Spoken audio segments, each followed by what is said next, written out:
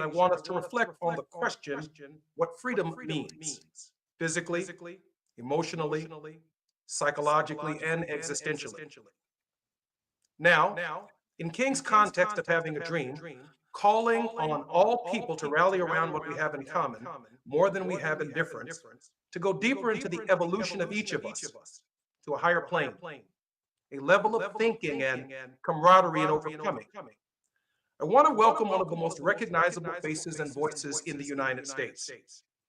Just maybe no one in the United States has had to endure the retribution of a sitting president of the United States, and at the same time had to own the consequences of his own behavior, like attorney Michael Cohen.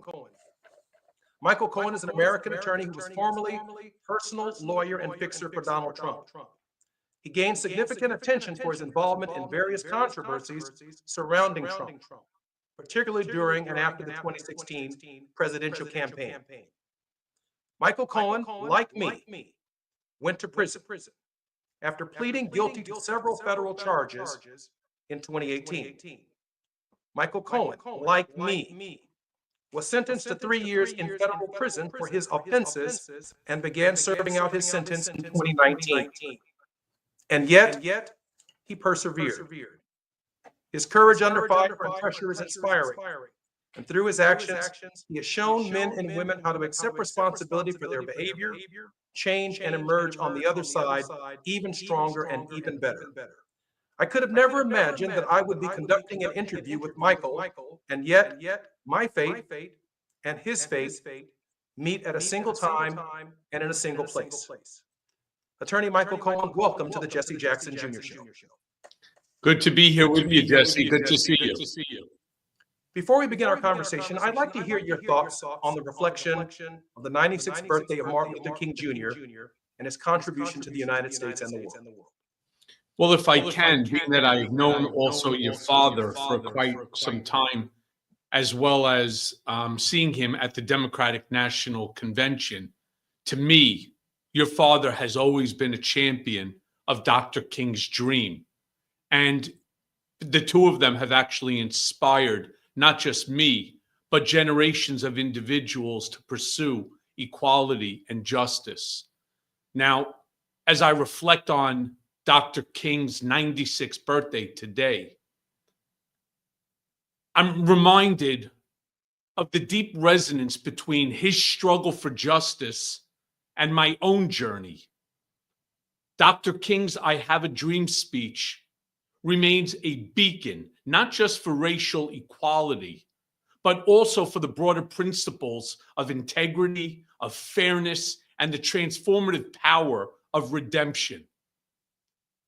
I always believed that Dr. King dreamed of a world where people of all races could live together in harmony. And he believed in the ability of every individual to change.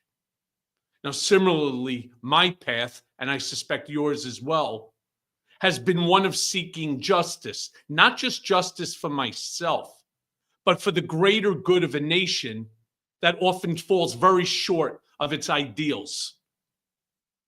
You reflected upon in 2020, a second time, I was remanded back to prison.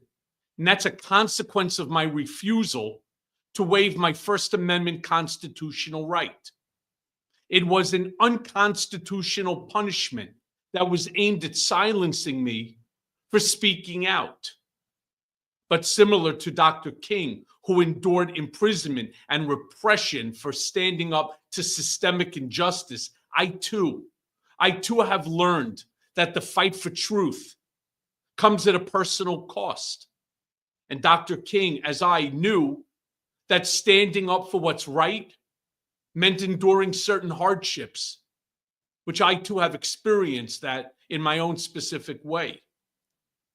And despite all this, what resonates most is Dr. King's capacity for reconciliation. That's something I envy most about him. And despite the betrayal, despite the harm, despite the hatred that he faced, Dr. King, he forgave and even extended a hand to his enemies, believing that healing and justice require the courage to reconcile. And in this, I too hope to follow his example. I hope that one day, I really do, that I too can reconcile with President Trump, as Dr. King did with so many who wronged him. And Dr. King understood that justice, it's not about revenge. It's about healing. It's about lifting others up. It's about breaking the cycle of hatred and division. And so in this spirit, I too continue to push for redemption, both personal and societal.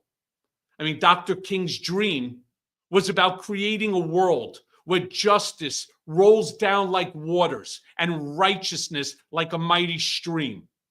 And my hope is to contribute to that stream, knowing that the fight for truth and reconciliation is as much about healing ourselves as it is about healing our nation, which, as we all know, is severely fractured.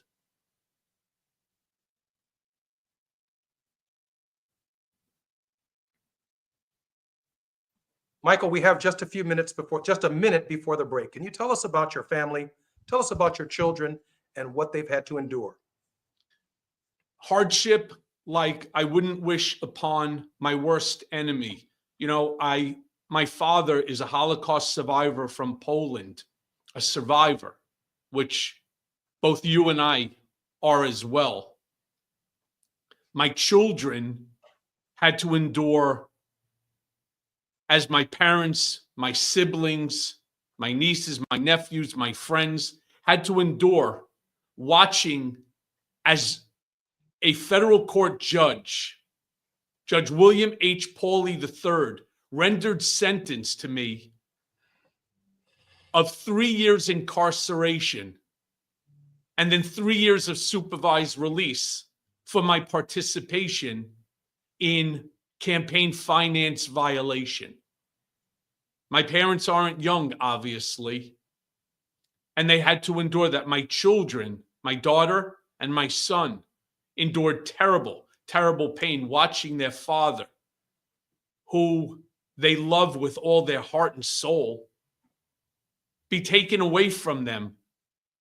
A father who has never been away from his children for any period of time.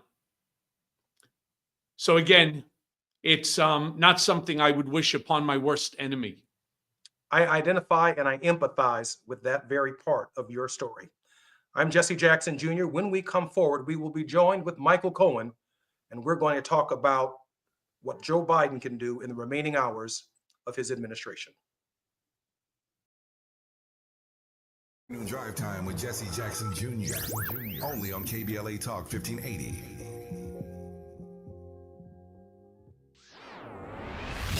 We gon' be alright.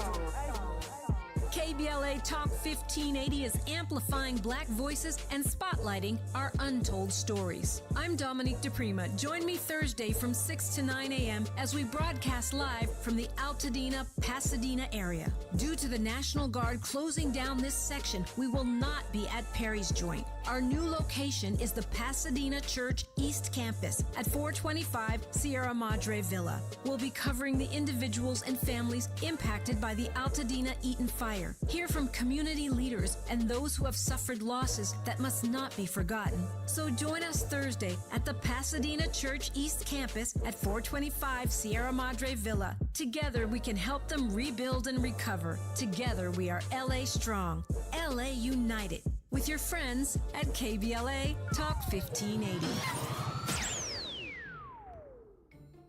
Our daughter Jessie loves playing detective. A clue.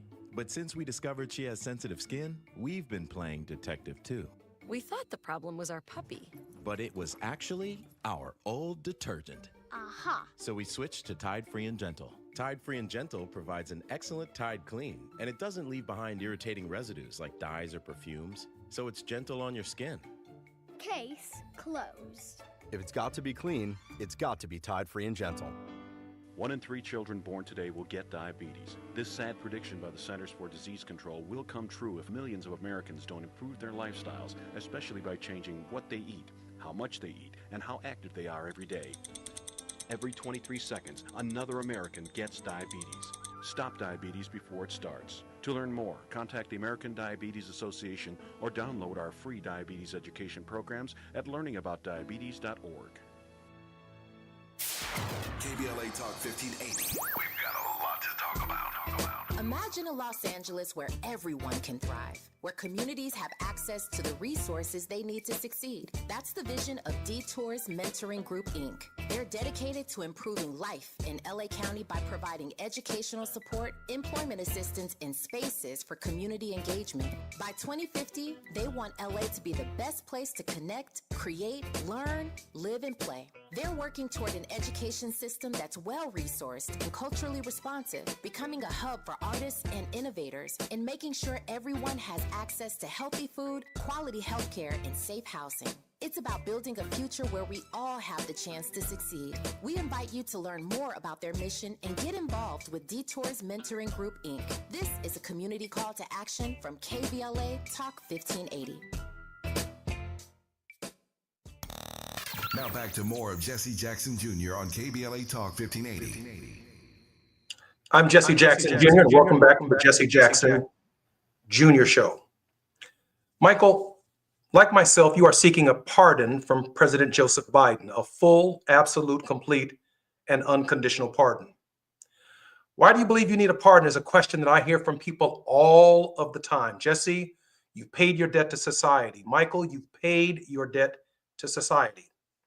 I'm going to ask it of you. Why do you believe it is necessary for you and for me, quite frankly, to receive a pardon?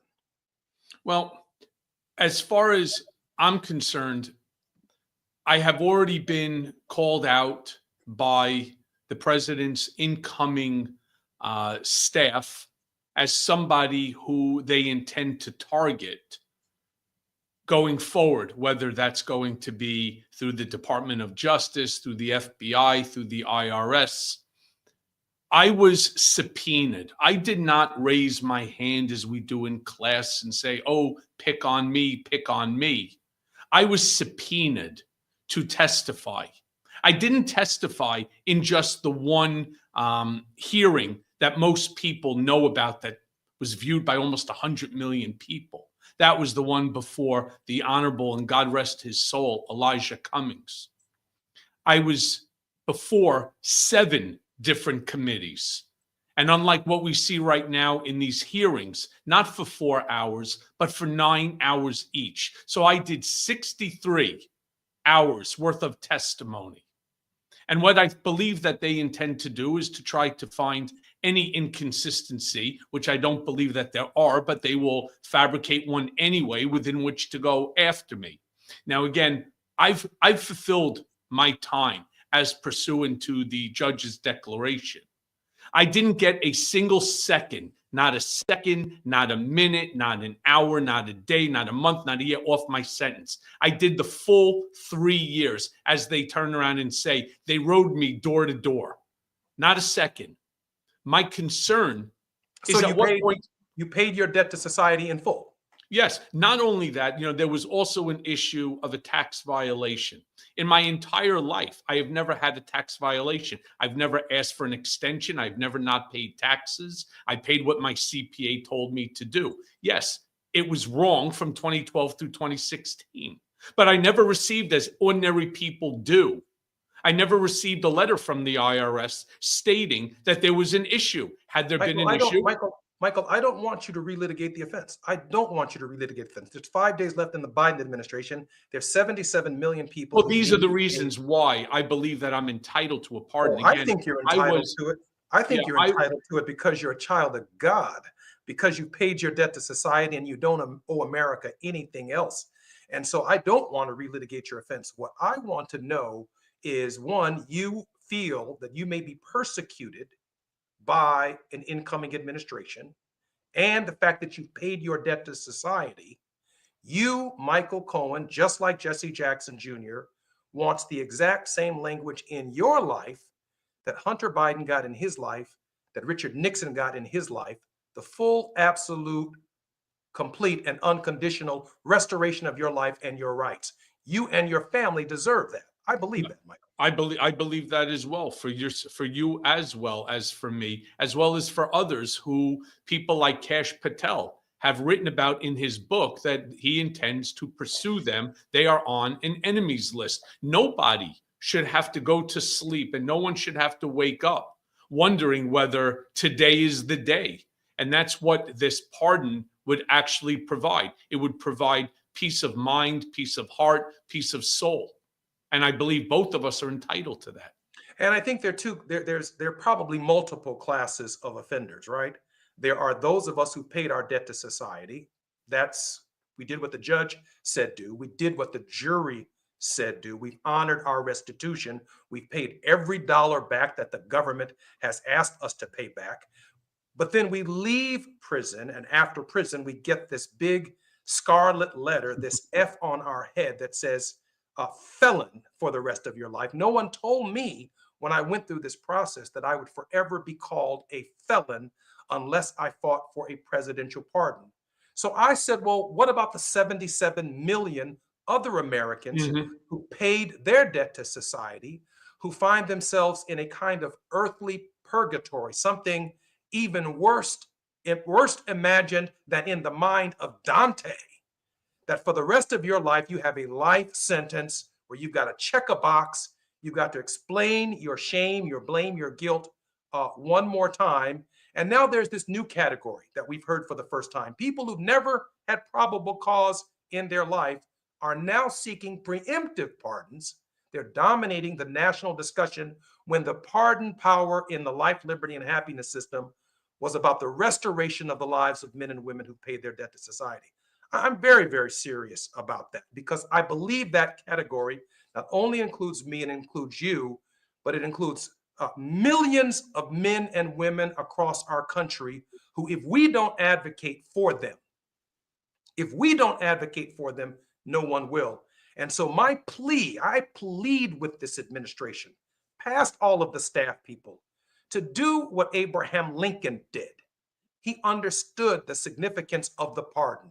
He even wrote a pardon on a napkin. On a napkin. And the Supreme Court of the United States held that the napkin pardon is a legitimate pardon.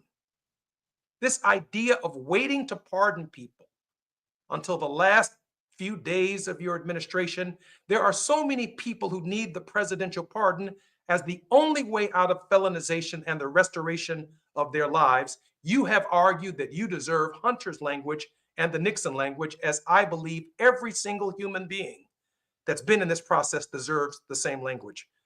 Are we on the same page on that, Michael? We are 100% on the same page. In fact, like yourself, I have been advocating for certain bills to be passed. I've met with Barbara Lee of California. I've met with Congressman Jamie Raskin.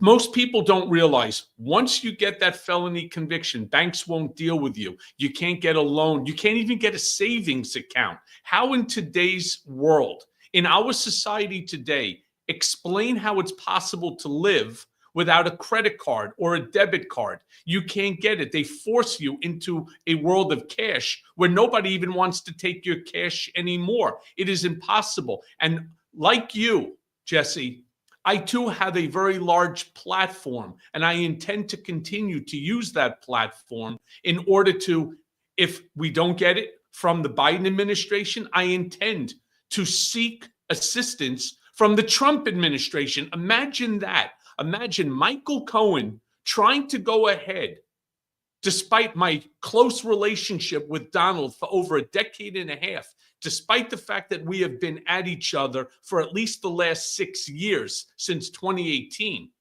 Imagine I will still push the Trump administration to do what's right for the 77 million Americans that have that F next to their name. Black, white, brown, makes no difference. Male, female, makes no difference. You do your time, you serve it honorably. It's time to call it quits and let people live. I don't think that some of those in the listening audience fully understand that even after you've completed the sentence, did what the judge and jury said do. I had no jury. I had no jury. In my case, I pled guilty as well. but for those who did go through the jury process. The Department of Justice requires 5 more years before you can even apply for the full, absolute, complete, and unconditional pardon. 5 years, which means the Department of Justice, the prosecutor's office, tacks on to every person in the federal system's sentence an additional 5 years just to apply for a pardon. And even though I believe that what President Joe Biden did was extremely historic, he granted on one occasion 39 pardons to 39 offenders, ex-offenders, and he commuted the sentences of 1,500 people, which in and of itself should be is landmark courage to do. At the same time, he created 1,500 new felons, because without the pardon, as soon as their times have been commuted, they are now felons and they have to wait 5 years to apply for the same pardon that Hunter Biden got, the full, absolute, complete, and unconditional pardon. I have called on President Biden to issue some form of emancipation proclamation to grant for men and women who have not reoffended, the full, absolute, complete, and unconditional pardon, a proclamation on the scale of the Emancipation Proclamation, something we haven't seen in 150 years, to restore these Americans' lives, our lives, back to the status of citizenship. And the reason I raised that question, Michael, in terms of the language, as a lawyer, the language does matter, doesn't it? It sure does. Can you share It absolutely matters, because every single word that is in that pardon can somehow be used to prevent additional wrongs being committed against the individual who has already served his time. So the wording is extremely important, and the wording that should be used should be the same exact wording. And I assure you that the wording that was used and given to Hunter Biden was thoughtful. It was reviewed and re-reviewed and even re-reviewed by a multitude of counsel within the White House to ensure that it gave him the protection that he desperately needs. And I believe, again, that many other people, myself included, need that same protection. If we're going to have one standard of justice, there can't be a different strata of what constitutes the full, absolute, complete, and unconditional pardon. I've advocated that for millions of nameless, faceless people who, without Joe Biden, are in a precarious position. You've raised that precarious position, that we may have to go to the Trump administration because the power is inherent in the office. It's not inherent in the individual. It's inherent in the office. The only person in my lifetime who I've seen willing to demonstrate the character to forgive the American people on the scale of the problem is Joe Biden. And there is not a single night in the waning hours of his administration that I do not pray for this man, that I do not pray for this administration. I believe if he grants such clemency to millions of men and women who never reoffended, but deserve to have their names restored, have felonization taken off of their names, that they will be discussing the name Joe Biden for 1,000 years. It will be debated in Congress. It will be debated in the courts. And it may even encourage other democratic societies around the world to turn to their citizens and say, we need to do something for our people, including the restoration of their rights and the reestablishment of their trust in our most sacred documents. We need to clarify and cleanse the fountainhead of mercy in the United States. Well, Jesse, my fervent desire is that President Biden do exactly as you're describing.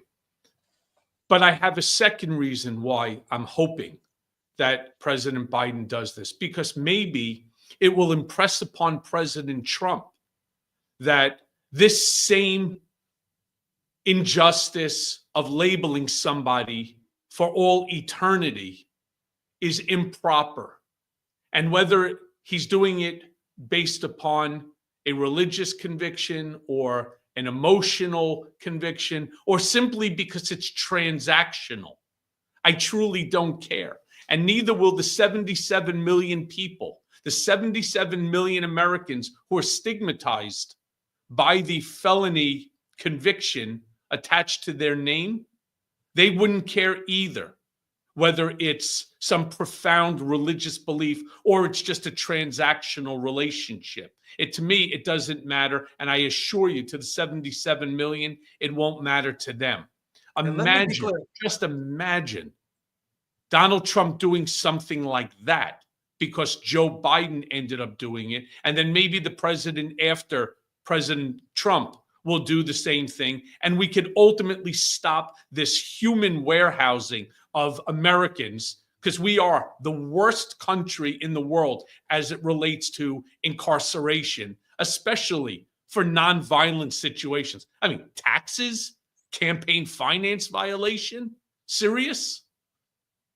I'm thinking, Michael, as we prepare to come forward, that you're a Republican, I'm a Democrat, or at least you were. No, Jesse. You're independent.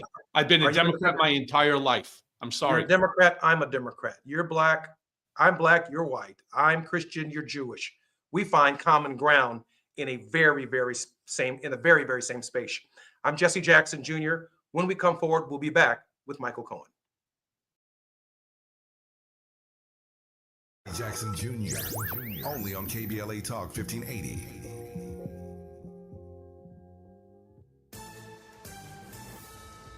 I'm Amber Payton with 4 Things You Should Know with BIN News. President Biden is calling serving the nation for 50 years his greatest privilege. He highlighted stronger alliances, economic progress, and key achievements ahead of his farewell address tonight at 8 p.m. Eastern.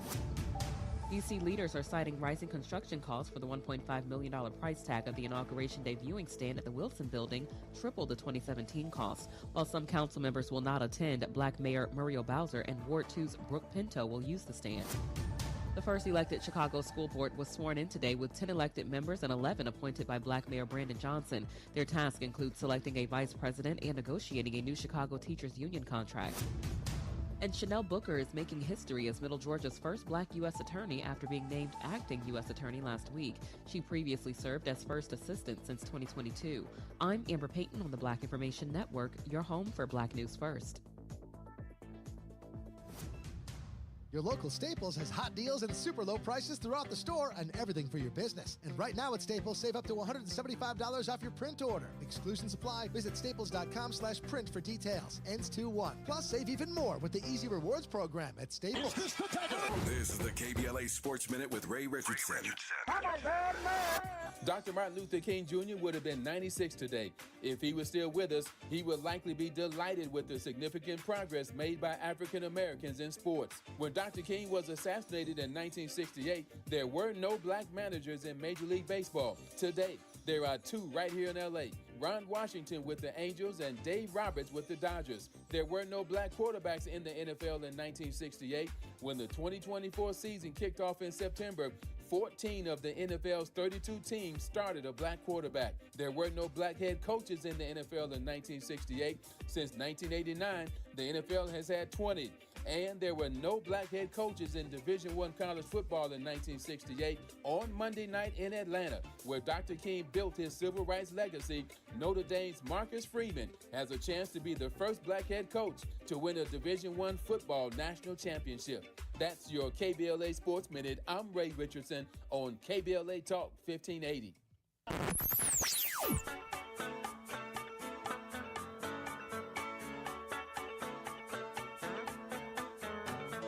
This is KBLA Talk 1580. Talk radio that's music to your ears. We're unapologetically progressive. KBLA Talk 1580. We've got a lot to talk about. I'm Reverend Gerald, the life coach. Is someone you love struggling with addiction and mental illness? Is improving your family's health important? Want to leave a legacy that your family can grow? Are you ready to enhance your perception of life experiences? Then wake up weekends at 7 a.m. with Urban Family Focus and get the wisdom, opportunity, resources, and motivation to live your best life. Join the conversation on Urban Family Focus Saturday and Sunday at 7 a.m. Unapologetically progressive. KBLA Talk 1580. We've got your black.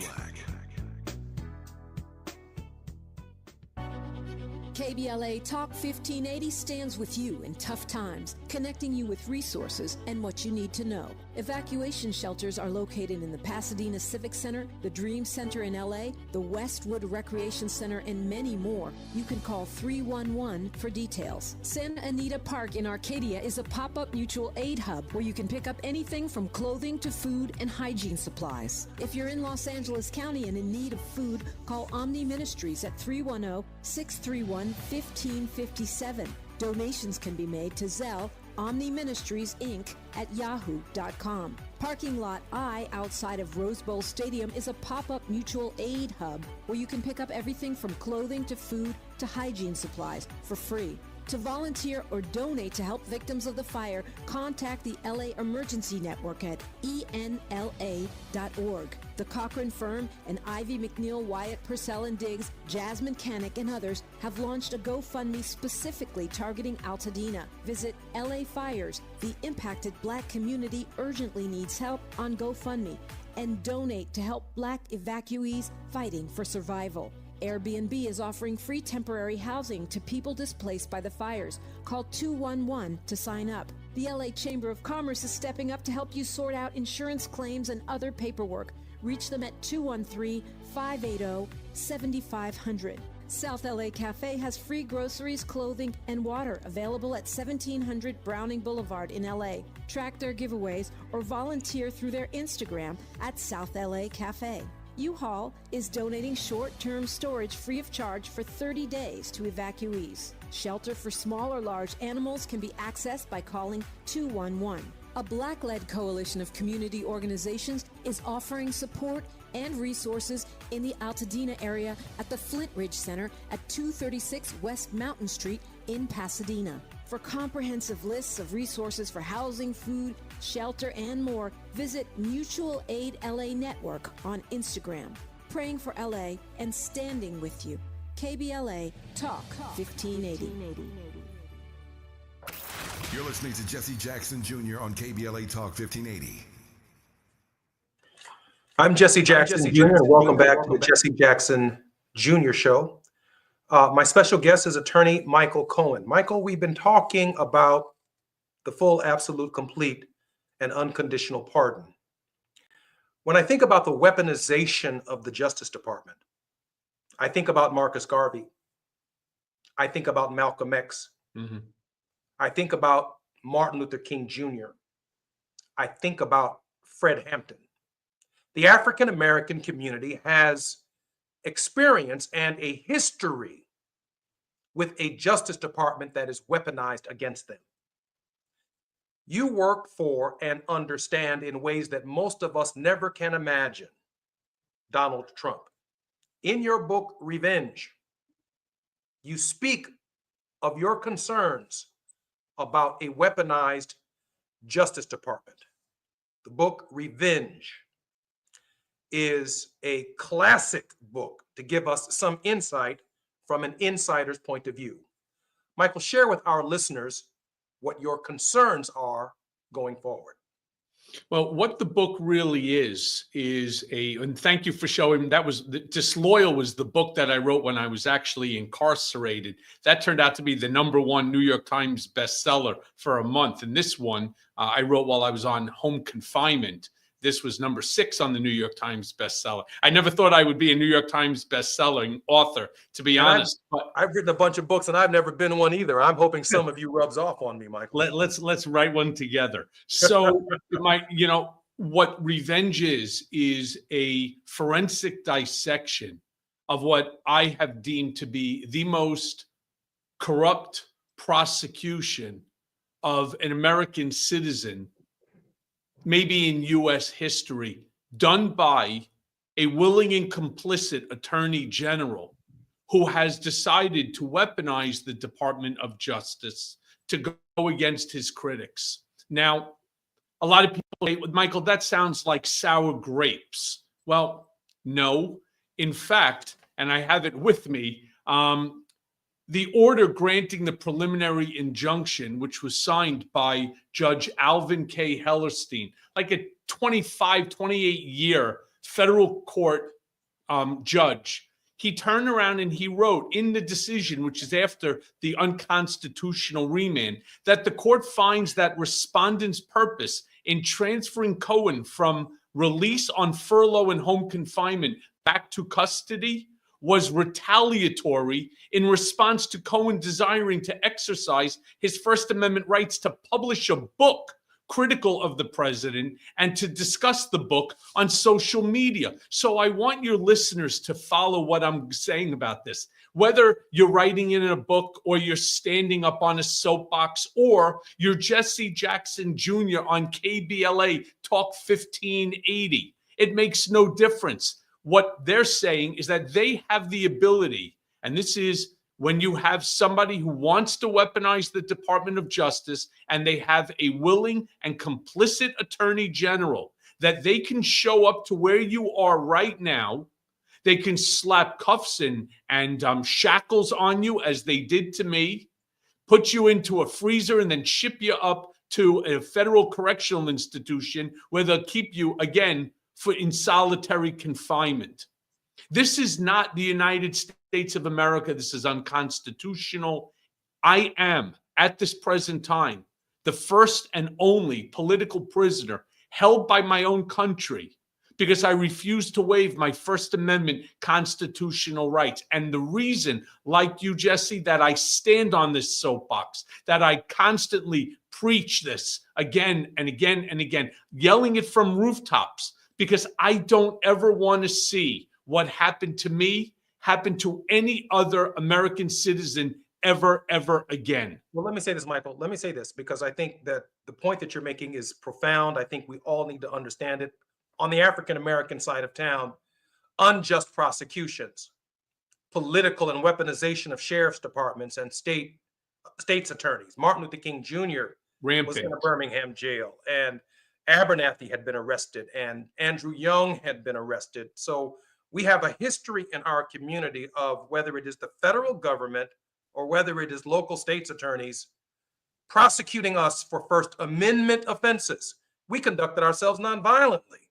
We did not lead an armed insurrection. We did not run through the Capitol. We were fighting for our rights granted to us under the 13th, 14th, 15th, 19th, and ultimately the 26th Amendments. So we have a shared experience in this regard, and I think you can certainly appreciate that. Share with us your experience in solitary confinement. And then I'd like to share mine. Yeah, I want to just say I agree with you, and I didn't want to make it seem as if though the Michael Cohen plight is any worse than the plight of the Black community. This has been an issue far longer than even I have been, alive, and I'm around the same exact age as you, Jesse. This has been systemic, and that needs to change immediately. And I believe that with the right type of legislation, this should never happen. The color of your skin should make no difference in terms of incarceration or treatment. I mean, unfortunately, it and this country need to do much better, to say the least. So as far as your question regarding solitary confinement, please. Tell me about your experience in solitary confinement. I did share with you mine. Sure, I did 51 days of solitary confinement. And I'm not talking about like what you see in Shawshank Redemption, where at least an hour a day you're out in the yard. I'm talking about no movement at all. In fact, the first time that I was in, which was the 36 days, I didn't even get a change of clothing. A change of clothing for the first 32 days. What they would do is they either allowed you out to go grab your food, or they served it to you through the door. I was not allowed out. I was treated as the other inmates in the solitary confinement were, which is horrible. Now, if you take a look and you Google it, they will tell you that solitary confinement should actually be considered mental torture, because imagine being with only yourself. There's no television. The radio is, if in fact you had one, you were successful in getting batteries because everything is wireless. So if you don't have it, it's basically whatever you have to read. I was fortunate. So many good people out there sent me books. I read 97 books while in solitary confinement. That's all you did all day long, until ultimately a really great guy named Rob, who I had no idea who he was, he managed to get a guard to give me a radio as he was leaving. And that's where I heard that I was being released. I thought I was dreaming. I thought I was hallucinating. That's what happens to your brain. Solitary confinement changes the chemical composition of your brain. That is medically proven. And there are studies upon studies that show it. I asked a friend of mine's father, who had done time going back into the late 80s, how long does it take before this PTSD, this hopelessness feeling, this mental scarring goes away? And sadly, I say it, his comment to me was, it never does. You just need to live with it. And I spoke to my father about it, again, being a Holocaust survivor. How do you get past it? And the same way my father said to me, you never do. You just try to find the happier things in your life to replace it. Michael, let me just share with you in the 1 minute we have before we come forward what my 3 days in solitary confinement was about.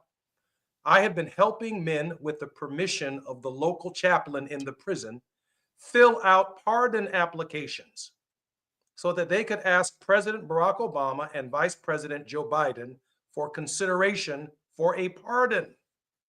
A new chaplain had been hired by the prison or rotated into the prison, and more people were coming to ask me to help them fill out pardon applications than were going to chapel on Sunday morning. So the chaplain sent me to solitary confinement and said I had been organizing in prison, and only to get out of prison and realize that no one has to fill out a pardon application. Paul Manafort didn't. Roger Stone didn't. Hunter Biden didn't. The pardon process is broken. When we come forward, Michael Cohen and I will continue our reflections on Martin Luther King and what freedom means to us. On the news of the day, you're listening to Jesse Jackson Jr. only on KBLA Talk 1580.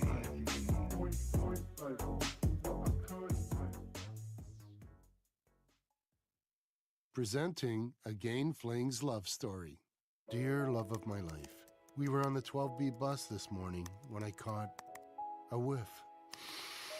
A scent so fresh, so life-changing, I had to find its source.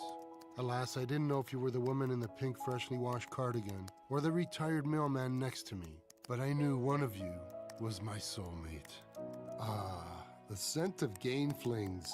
Try Gain Flings with OxyBoost and Febreze. Oh, could this vintage store be any cuter? Right? And the best part? They accept Discover. Accept Discover? In a little place like this? I don't think so, Jennifer. Oh, yeah, huh? Discover's accepted where I like to shop. Come on, baby, get with the times. Right, so we shouldn't get the parachute pants? These are making a comeback. I think. Discover is accepted at 99% of places that take credit cards nationwide. Based on the February 2024 Nielsen report. KBLA Talk. KBLA Talk 1580, connecting you with services and solutions. Worried about eviction? You have rights, and Stay Housed LA can help. Stay Housed LA is a partnership between LA County, the City of Los Angeles, and local service providers. From Lancaster to Long Beach, we're here to help you with tenant education workshops, legal clinics, free legal services for eligible tenants, and online resources about tenant protection laws. Don't face eviction alone. Call our hotline at 1-888-694-0040. That's 1-888-694-0040. Or visit stayhousedla.org. Stay Housed LA, keeping Los Angeles residents in their homes. Stay Housed LA, your rights, your home, our community. This is a community call to action from KBLA Talk 1580. So my home is also my office, and before I can focus, every room's gotta be clean. That means tidying up, then spraying my Febreze Air Mist. Ooh, that's fresh. Febreze Air Mist scents are all high quality. They fight any weird funk, and they give my air an instant boost of freshness. So not only does my home smell good, I feel good too. After I Febreze, it's time to start my day. Breathe happy, Febreze, la la la la la. Now back to more of Jesse Jackson. I'm Jesse Jackson Jr., and welcome to the final segment of the Jesse Jackson Jr. Show. My very special guest is Michael Cohen, whom I'm hoping Michael will come back and be a regular contributor on the Jesse Jackson Show. I hope you're having a great time. Any time for you, my friend. I appreciate that very much. Michael, let me ask you a question. What did you learn? Was there any value in incarceration? I mean, you were the fixer for Donald Trump before he was president. And you're a different man now. If Martin Luther King Jr. hadn't gone to a Birmingham jail, we wouldn't have the letter from a Birmingham jail. If you weren't incarcerated, we wouldn't have your book on this experience and what it means for millions of Americans. If I didn't go to prison, I never would have written or found the finger of God in the Constitution. Was there any value in it? To be honest, I wish that it didn't happen. I sort of wish for that every single day, that there's a time machine I can go back in time and extricate myself from this, because emotionally, mentally, physically, spiritually, it is a killer. One thing I will say that I did certainly learn, actually two things. One is that I'm actually even stronger than I thought that I was. And two, as a lawyer, I always believed that only guilty people went to prison. That the only reason that the system managed to get their hands on you is because you were guilty of something. And I know that not to be true.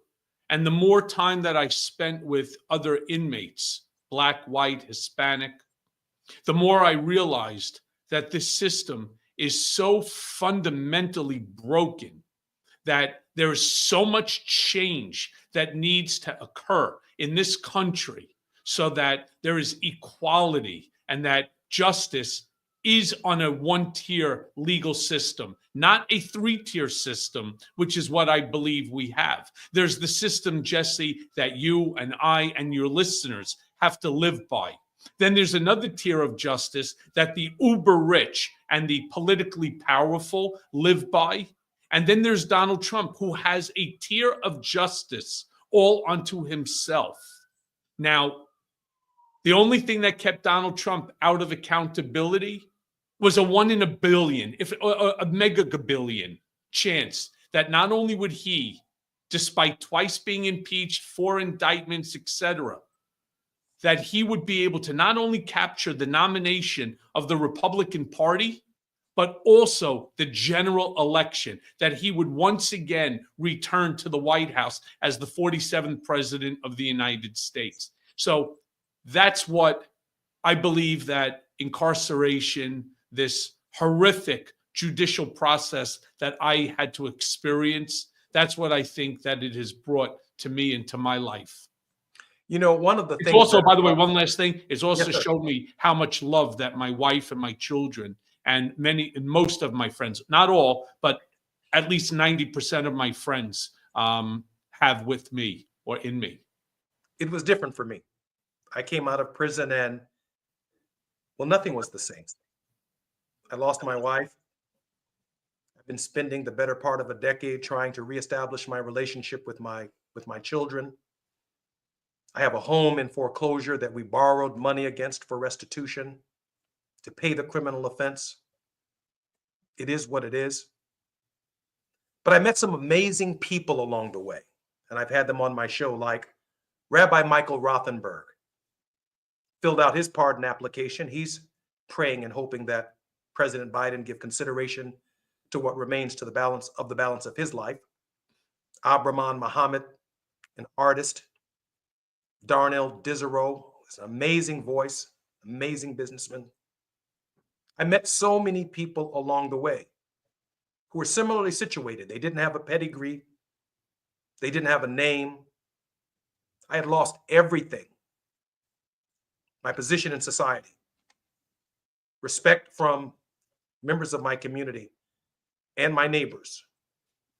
I had lost it all. But I found myself. I found a calling in those men and in those families to speak for them. Oh, I've not been elected to speak for them. I just got on my knees in solitary confinement, and I thank God for what God had left me with what I had left. And what I had left was my voice to articulate the experience. I thought about Dr. King. I thought about Nelson Mandela. I thought about all of the people who came before me, and I just couldn't abandon what they endured, even though my offense was fundamentally different than their incarceration. But I identified with it. My hope, Michael, is that we can move beyond black and white and black and Jewish and all of the things that divide us and actually see people as human beings. That we can see people as struggling and suffering through the conditions of life, and whatever we can do to uplift them, we ought to uplift them. I am praying for your full, complete, absolute, and unconditional pardon. As I do Why? for Because you. I think you have a ministry that matters to the American people, and you have a constituency that can hear. That these are the types of issues that my father in one of his books would call straight from the heart. The great issues of life do not flow from the head. They flow from the heart. They flow from our sense of humanness. They flow from who we are. And on this, the 96th birthday of Martin Luther King Jr., I can't help but think that when I was in solitary confinement, I made a discovery in the Constitution that the founding fathers themselves called the finger of God. 30 days after the Constitutional Convention, Alexander Hamilton said in the New York Advertiser, the Constitutional Convention still fresh on his mind, October 17th, 1787. For my part, I sincerely esteem the Constitution, a system which without the finger of the almighty hand could have never been suggested and devised upon by such a diversity of interests. In Federalist number 37, James Madison said, it is impossible for a man of pious reflection not to perceive in the Constitution the finger of God, which is signally responsible for our revolution. The founding fathers placed their faith in this process, the fountainhead of mercy, the only country so conceived since the life and ministry of Jesus of Nazareth to grant people a new life on earth. And that new life is the basis of the life, liberty, and happiness system.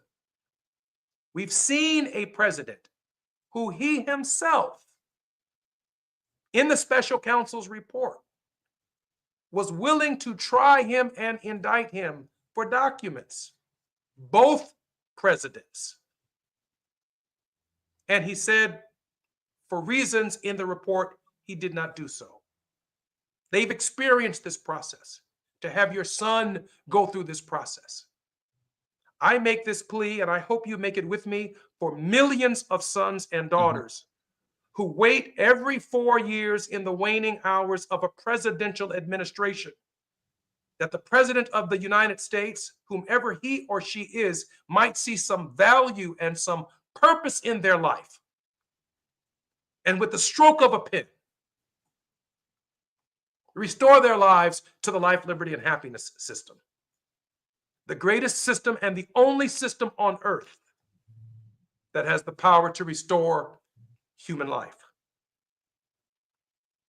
And so, I mean, I'm getting emotional about it because I don't know what more we can do. A new administration could be coming in on January 20th. We'll continue our fight.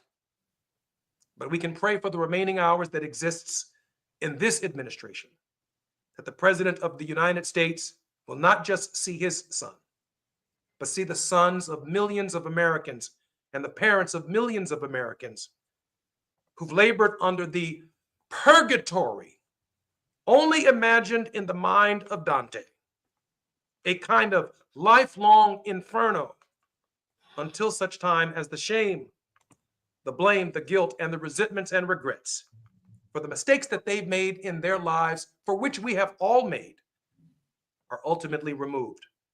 Michael, we have about a minute and a half remaining in this segment. Your final thoughts to the American people. That I think you and I stand in unity, that we have a dream to see people forgiven and to be free of the felony label, the moniker.